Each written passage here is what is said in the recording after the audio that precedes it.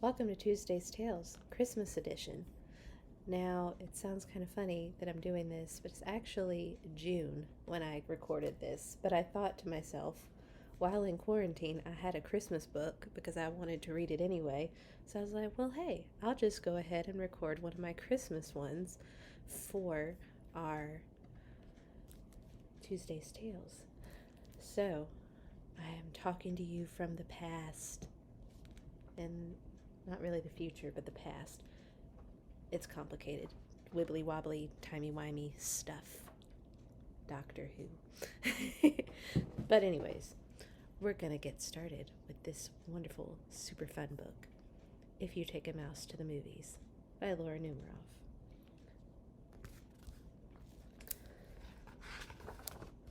It's also due at the library soon, but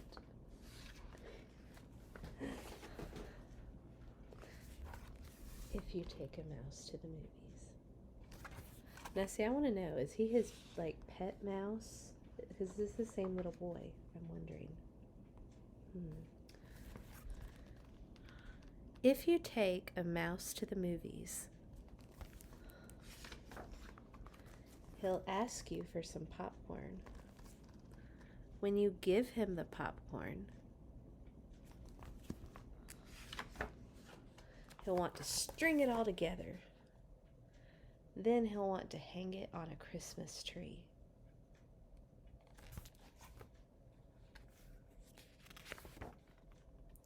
You'll have to buy him one.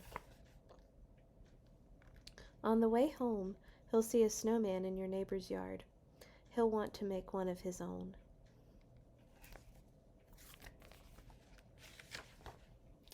Then he'll need a carrot for a nose. When he's all finished, he'll decide to build a fort. He'll ask you to help him. Then he'll want to make some snowballs and have a snowball fight. That's a big fort. It's huge. Playing outside will make him cold. He'll want to go inside and curl up on the couch. He'll ask you for a blanket. Aww. Just a little coat hanging on the lamp. That's so precious. Once he's nice and cozy, he'll want to listen to Christmas carols. You'll have to find some on the radio. And I'll tell you, Christmas time, you'll find them. You'll find them before Thanksgiving sometimes. He'll probably sing along. The carols will remind him of his Christmas tree, so he'll want to make ornaments. I don't know, I think some people with Christmas carols are about in this mood here. There's some people that are this, and there are some people that are this. You'll get him some paper and glue. He'll ask you for glitter.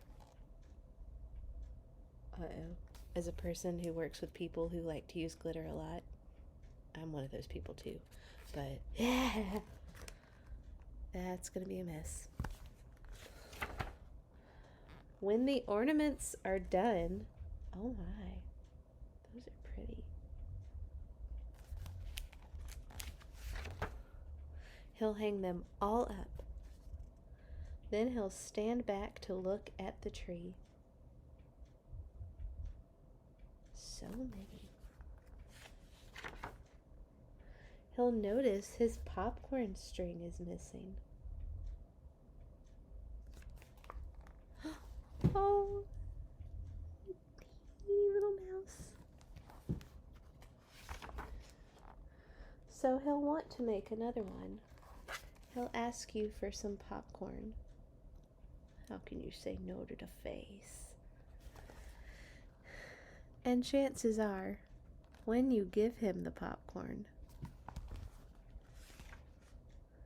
he'll want you to take him to the movies.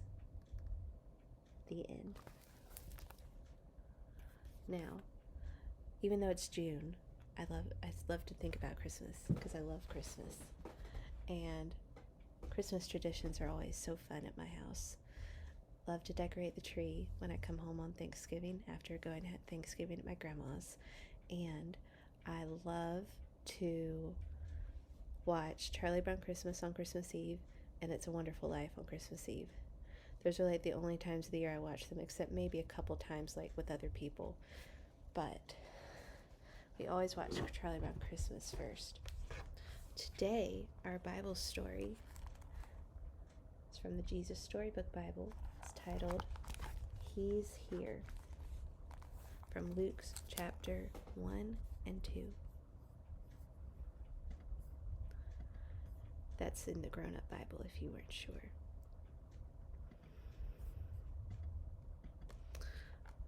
Everything was ready. The moment God had been waiting for was here at last. God was coming to help his people, just as he promised in the beginning. But how would he come? What would he be like? What would he do? Mountains would have bowed down, seas would have roared, trees would have clapped their hands, but the earth held its breath. As silent as snow falling, he came in, and when no one was looking, in the darkness, he came. There was a young girl who was engaged to a man named Joseph.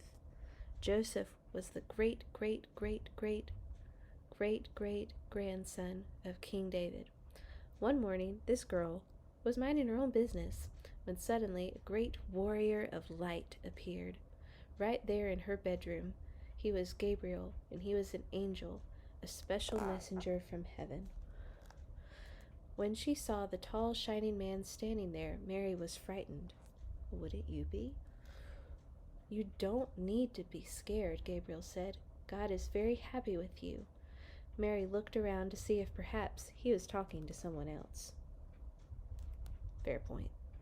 Mary, Gabriel said, and he laughed with such gladness that Mary's eyes filled with sudden tears.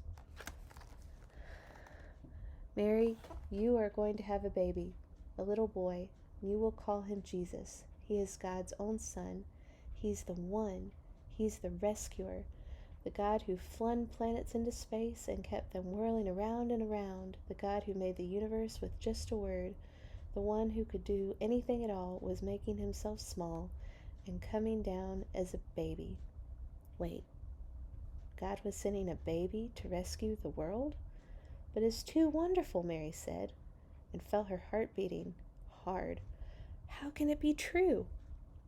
Is anything too wonderful for God? Gabriel asked.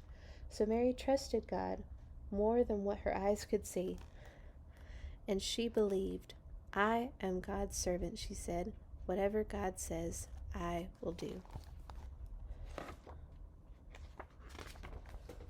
Sure enough, it was just as the angel had said. 9 months later, Mary was almost ready to have her baby. Now Mary and Joseph had to take a trip to Bethlehem, the town King David was from. But when they reached the little town, they found every room was full. Every bed was taken. Go away, the innkeepers told them. There isn't any place for you. Where would they stay? Soon Mary's baby would come. They couldn't find anywhere except an old tumbled-down stable. So they stayed where the cows and the donkeys and the horses stayed. Right there. And there, in the stable, among the chickens and the donkeys and the cows, in the quiet of the night, God gave the world his wonderful gift. The baby that would change the world was born, his baby son. Ding! Mary and Joseph wrapped him up to keep him warm. They made a soft bed of straw and used the animal's feeding trough as his cradle. As they gazed in wonder at God's great gift, wrapped in swaddling clothes and lying in a manger, Mary and Joseph named him Jesus, Emmanuel, which means God has come to live with us. Because, of course, he had.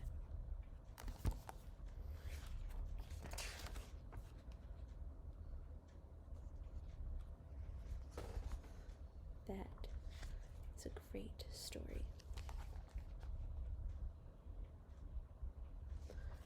I think at best to continue it. That same night, and amongst the other stars, suddenly a bright new star appeared. Of all the stars in the dark, vaulted heavens, this one shone clear. It blazed in the night and made the other stars look pale beside it. God put it there when his baby son was born to be like a spotlight, shining on him, lighting up the darkness, showing people a way to him. You see, God was like a new daddy. He couldn't keep the good news to himself. He'd been waiting all these long years for this moment, and now he wanted to tell everyone.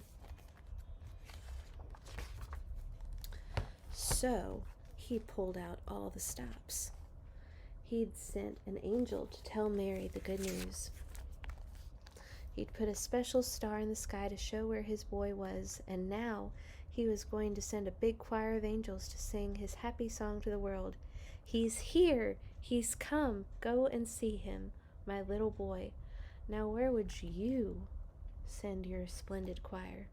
To a big concert hall maybe? Or a palace perhaps?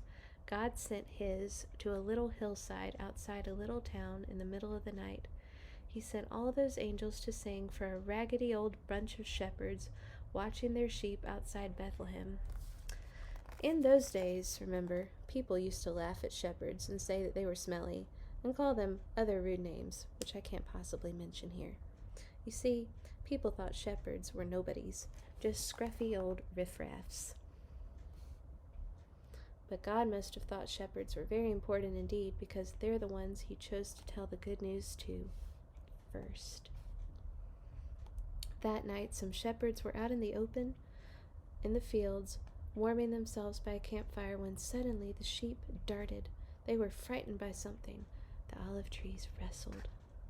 What was that? A wing beat? They turned around.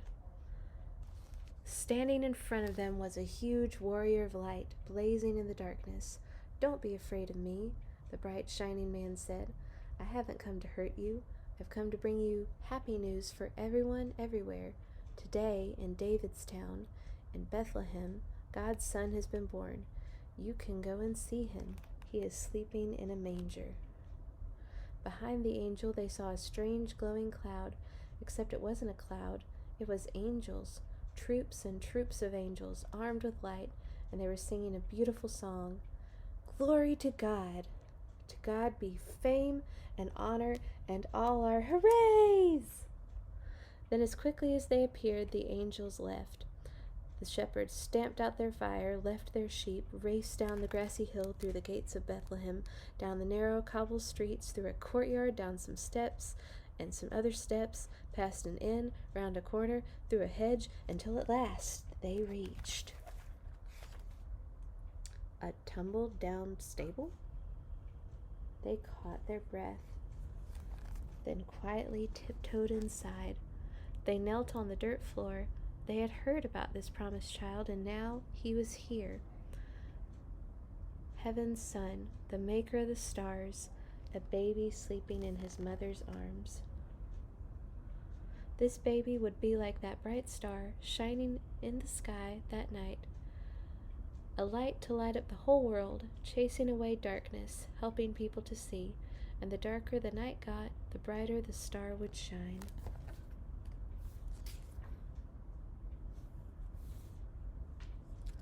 The end.